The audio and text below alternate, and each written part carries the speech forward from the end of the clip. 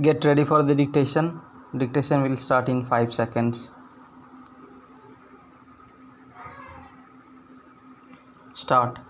Now, sir, honorable members will recall that the bill was introduced in the House of the People on the 2nd September 1953.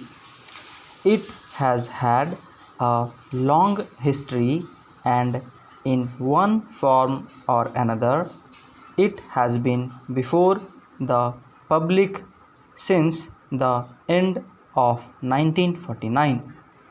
In the statement of objects and reasons, the various stages through which the bill has passed since 1946 have been summarized, and I need not recapitulate on this occasion the circumstances in which the then Government of India took the decision in early 1946 to initiate an inquiry into the reform of our company law.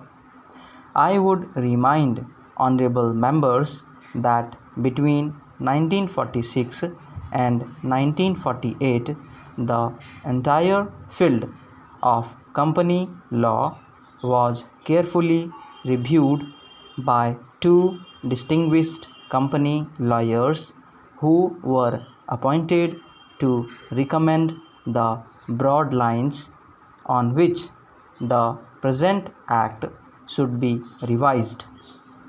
Their recommendations were examined in the then Ministry of Commerce, and certain tentative departmental views which emerged were circulated in a comprehensive memorandum to all recognized trade and industrial associations, bar associations, the high courts, and the state governments. That brought us to the end of 1949. Many representations on this memorandum were duly received from chambers of commerce, trade and industrial associations, state governments, and the general public.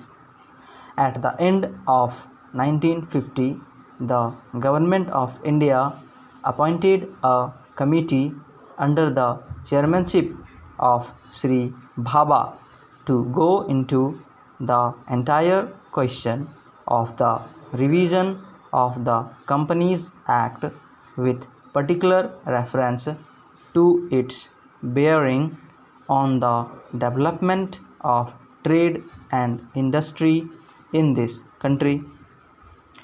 This committee examined a large number of witnesses in many parts of the country and submitted its report in March 1952. This report again was circulated to all state governments, chambers of commerce, trade associations, high courts, and many other bodies.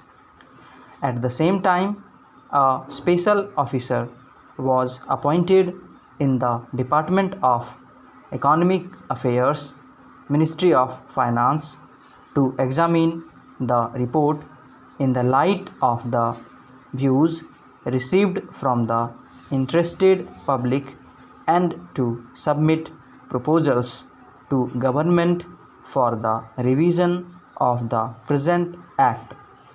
The bill now before the House is based largely on the recommendations of the Company Law Committee, modified in a few particulars. Stop.